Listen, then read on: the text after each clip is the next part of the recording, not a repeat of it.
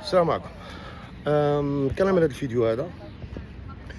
ديجا عملت واحد الفيديو، جوج فيديوهات عملت، واحد قبل ماتش الجزائر وواحد بعد الماتش ديال الجزائر، وهضرت فيه على الكره، ما هضرتش فيه في السياسات بتاتا، لان السياسه عند الناس ديالها. هضرت وانتقدت فيه الاعلام ديالو اللي نفخ واحد الفريق اللي ما عندوش الماتريال، نفخو وعملوا واحد العبء على اللاعبين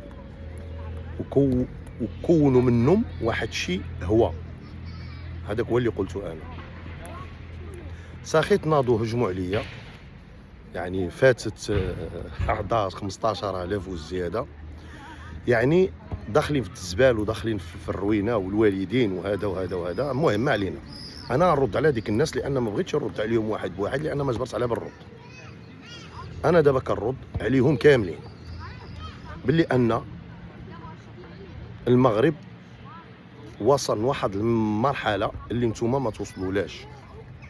والله ما كنقول هذا من ناحيه ديال بلي انا مغربي، لا، انا كنقولها من واحد الانسان جالس كيتفرج في هولندا ماشي في المغرب، وعندي هنا اكثر من 36 عام، يعني كنهضر من النطق ديال الاعلام اللي كنشوفوه هنا، يعني الاعلام الغربي، الاعلام الهولندي، الاعلام البلجيكي، الاعلام الالماني. كنقرا اي واحد اي حاجه تكتبت على المغرب كنقراها، اقسم بالله ولا كتفوت عندي شي حاجه اسمها الجزائر او لا شي ملاعبي كيهضروا على الجزائر من غير حج موسى، لانه كيلعب في الفاينورد وكنتفرج له الماتشات ديالو كاملين، لان كيلعب مع نفس الفريق ديال الترغالين.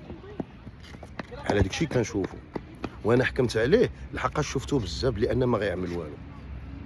وما حد قلت بلي الاعلام ديالكم حمق، هي ملي سمعت بلي ان المدرب الارجنتيني سكولوني غادي يعمل حساب نحج موسى، وميسي كيعمل حساب نحج موسى. ما هادي انا ما فهمتهاش. راه حتى اذا كنتي في سبيطار الحومه جالس وقال شي واحد غتنوض معداه، ما تبغيش تجلس حداه. ما علينا.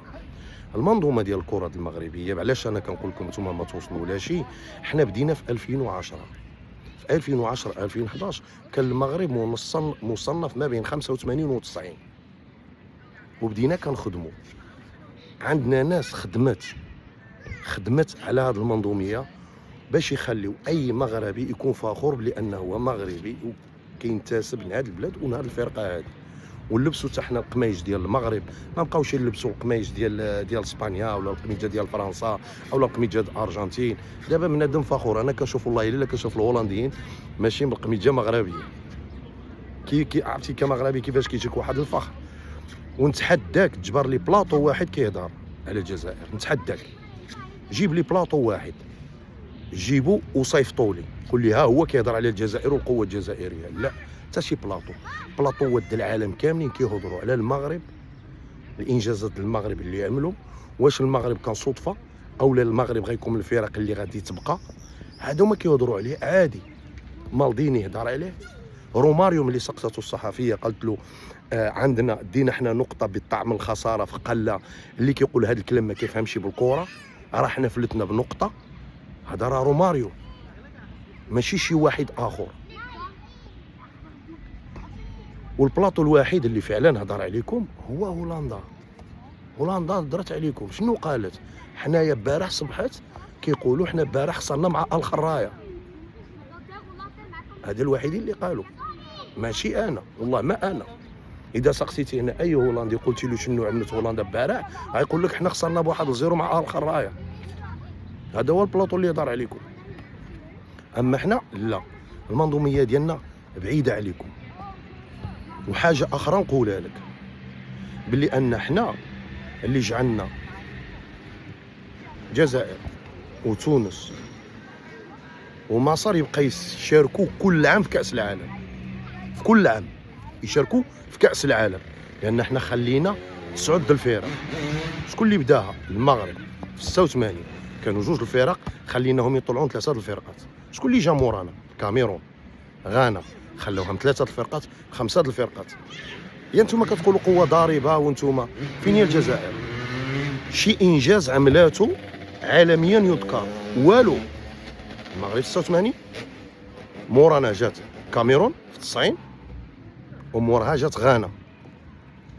هادو كتبوا التاريخ افريقيا. وحنا بديناها وهما كملوا عليها.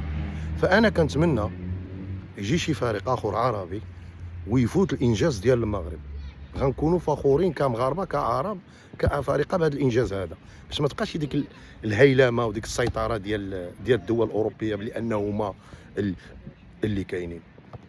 لان المنظومه ديالكم عوض ما كانوا يخسروا الفلوس على البلاطوات اللي قايلوا نهار يضربوا في المغرب وليل ونهار، كخسروها على الكره، كخدكم شويش من مورانا، ماشي معانا، مورانا.